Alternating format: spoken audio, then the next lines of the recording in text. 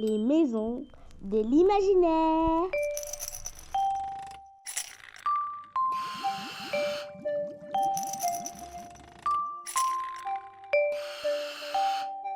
Un programme de Cœur Imagination.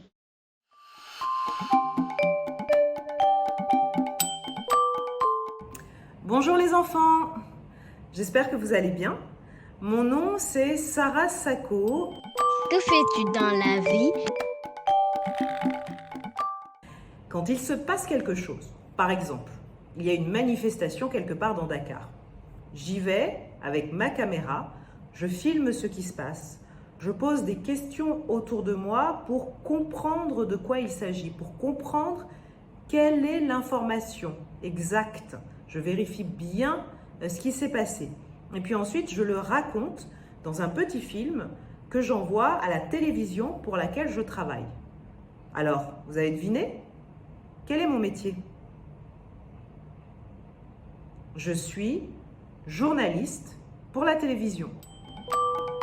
En quoi consiste ton métier? Quand on est journaliste, que ce soit pour la télévision comme moi, ou pour la radio, ou pour la presse écrite, c'est-à-dire pour les journaux, le métier de base, il est le même.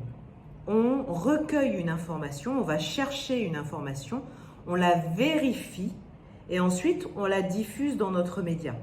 Par exemple, si un marché est en train de brûler dans Dakar, un grand marché, et qu'il faut absolument le raconter, que c'est important que les gens le sachent, on va sur place, on se renseigne sur ce qui s'est passé. On pose des questions aux gens, on essaye de comprendre comment est-ce que les flammes ont commencé, est-ce que les pompiers sont arrivés pour essayer de les éteindre.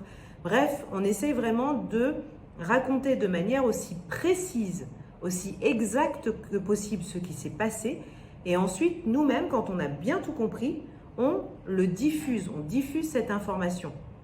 Les journalistes télé le font à la télévision, les journalistes radio à la radio, et les journalistes de la presse écrite le font dans les journaux. Mais le métier, vous avez compris, il est le même à la base. C'est être journaliste. Recueillir une information, la vérifier et ensuite la diffuser. Quels sont les 3 objets que tu utilises tout le temps? Et c'est d'abord ma caméra vidéo. Regardez, la voici. Hop, elle s'utilise comme ça. On peut filmer comme ça ou grâce à ce petit écran-là. Alors, vous remarquerez qu'elle n'est pas bien lourde, ma caméra. Et ça, c'est un super avantage parce que ça permet à tout le monde d'être journaliste pour la télévision et de filmer soi-même, aux garçons, mais aux filles aussi.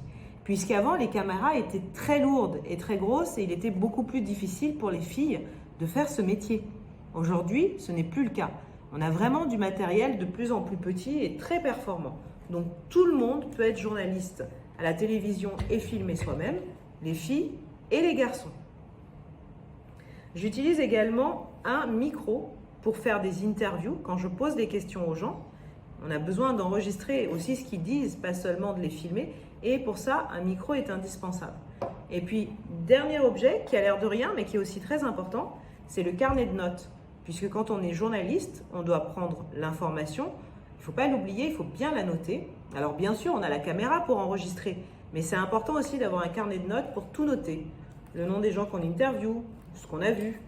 Et évidemment, à ne pas oublier, le stylo qui va avec. Et très souvent, on oublie le stylo d'ailleurs.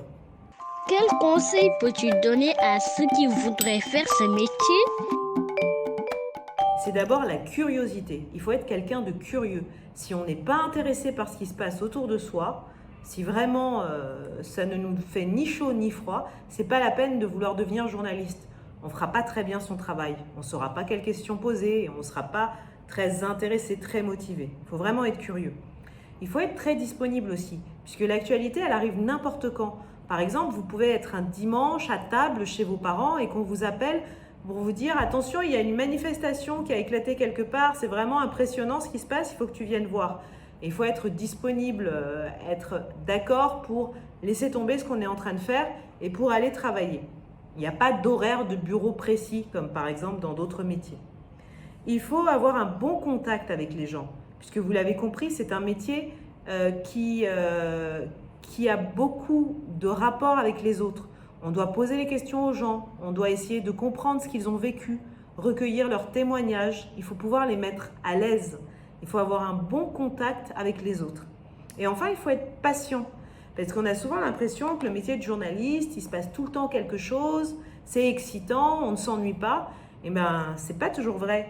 Parfois, on arrive quelque part et il faut attendre des heures avant de savoir ce qu'il se passe, avant de trouver quelqu'un qui pourra nous le raconter. Il faut être très patient, ça fait aussi partie du métier. Merci pour ta participation. Jërëjëf. Maintenant que moi, je vous ai parlé de mon métier à moi, de journaliste télé, j'aimerais savoir aussi, qu'est-ce que vous aimeriez faire, vous ? À la prochaine.